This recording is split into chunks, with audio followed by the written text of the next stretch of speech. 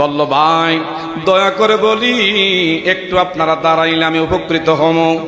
কয় কেন, কই থেকে আপনারা আসছেন একটু খবরটা দেন।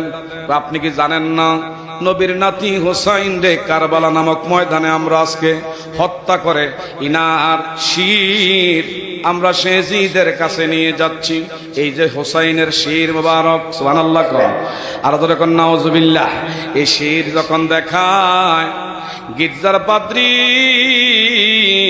ডেকে কয় রাত্র প্রায় শেষ হওয়ার পথে, অল্প একটু বাকি আছে, দয়া করে যখন সবে সাদিক হবে তখন আপনারা যাইয়েন, এখন একটু বিশ্রাম নেন, বহু লম্বা পথ সামনে। কয় ঠিক আছে, আমরা নিয়ত করছিলাম একটু সামনে জায়গা পাইলে বিশ্রাম করবো, বাবা মার দিকে চান শেষ করে দিচ্ছি।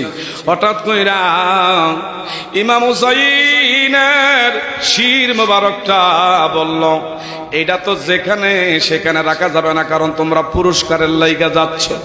দয়া করে রে আমার একটা সুরক্ষিত জায়গা আছে সিন্ধুক, সিন্ধুকের ভিতরে আমি ইমাম হোসাইনের শিরটা একটু রাখতে চাই। হঠাৎ করে দুষ্ট সীমার কয় রাখতে পারেন এক শর্তে বিনিময়, 82 দিরহাম আমাদেরকে স্বর্ণ মুদ্রা দেওয়া লাগবে। কয় 82 কেন রে, যদি আরো আমার জীবনের স্থাবর অস্থাবর সব যদি তোরা দাবি করস, নবীর নাতি ইমাম হুসাইনের শির মুবারক কিছু সময়ের জন্য আমি আমার এই গির্জার মধ্যে আমি রাখবো। উনি দেখতেছে ইমাম হুসাইনের কান মোবারক দিয়া নাক মোবারক দিয়া এইভাবে এখনো টাটকা রক্ত ঝরতেছে, আর ঠোঁট মোবারক গুলো এখনো নাড়াচাড়া করে, আমার আল্লাহর নামের জিকির করে, লা ইলাহা লা কালিমা লা ইলাহা জোরে লা ইলাহা।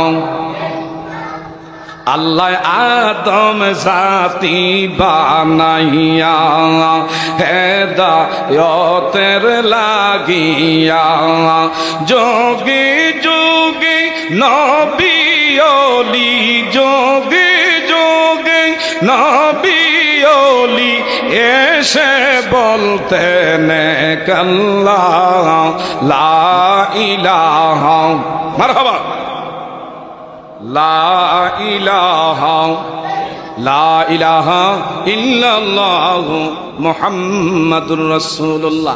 ইমাম হুসাইনের মাথা মোবারক এখনো আমার ভাইরা এই গির্জার পাদ্রী খ্রিস্টান পাদ্রিনী কয় আমি আমার কান মোবারক আমি আমার কান লাগাইয়া দিলাম, দেখতেছি ইমাম হুসাইনের কল্লাটা এখনো আল্লাহ আল্লাহর জিকির করে।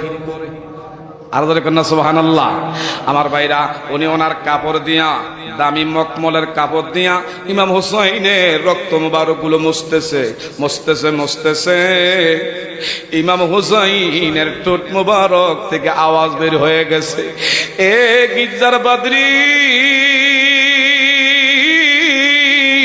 তুই একজন খ্রিস্টান পাদ্রী হওয়া সত্ত্বে রে তুই আমার প্রতি আজকে সম্মান দিলি, ইজ্জত করলি, কিন্তু আমার নানার এমন সেই নামদার উম্মত হইয়া মুখে দাঁড়িয়ে এবং টুপি, গায়ের মধ্যে জুব্বা সিরাত সুরু সব ঠিক ছিল, কিন্তু কেমন কইরা রে আমার গলার মধ্যে তারা চাক্ষু দিয়ে আলাদা করলো। তুই একজন খ্রিস্টান পাদ্রী, আমার সম্মান করলি, আমি তোর আজকের এই আচরণে আমার আল্লাহর দরবারে তোর জন্য দোয়া করি। হঠাৎ করে এই পাদ্রী কয় ওনারা তো এখানে রাখা যাবে না। আমার ভাইরা ভিতরে সিন্ধুকের লক খুললেন, ভিতরে সুরক্ষিত করে রাখলেন। ইনি কয় আমি একটু কাছাকাছি বৈশা রইলাম ইমাম হুসাইনের সিন্ধুকের কাছে। এই পাদ্রী বৈশা একটু দেন খেয়াল করতেছে।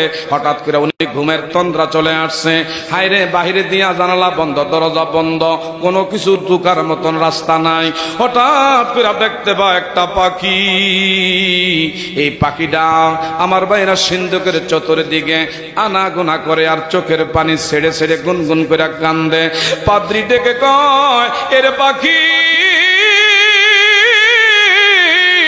আমার কোন জানালা দরজা কোনো দিক দিয়া খোলা ছিল না, তুই পাখি কেমন করে গির্জার মধ্যে ঢুকলি? তুই কে রে, তোর নাম পরিচয় কি?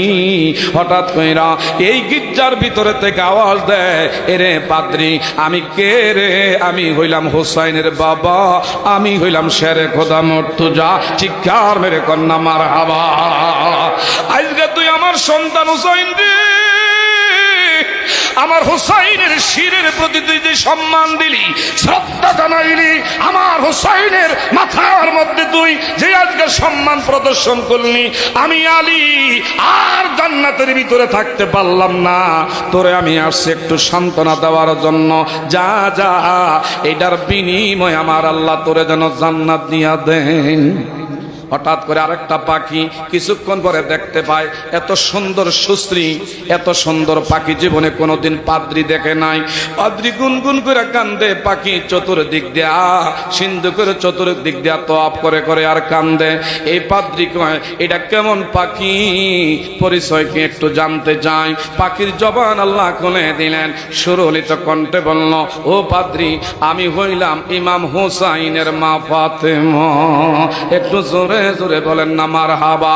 আবার ফিরে আইলো রে মুহররমের চাঁদ, আর বলেন আবার ফিরে আইলো রে মুহররমের চাঁদ। নবীর বংশ শহীদ করলো এজিদ শয়তান, আবার ফিরে আইলো রে, বলেন আবার ফিরে আইলো রে মুহররমের চাঁদ। নবীর বংশ শহীদ করলো কারবালার ময়দান, আবার ফিরে আইলো রে। কি আগুন জ্বালাইলো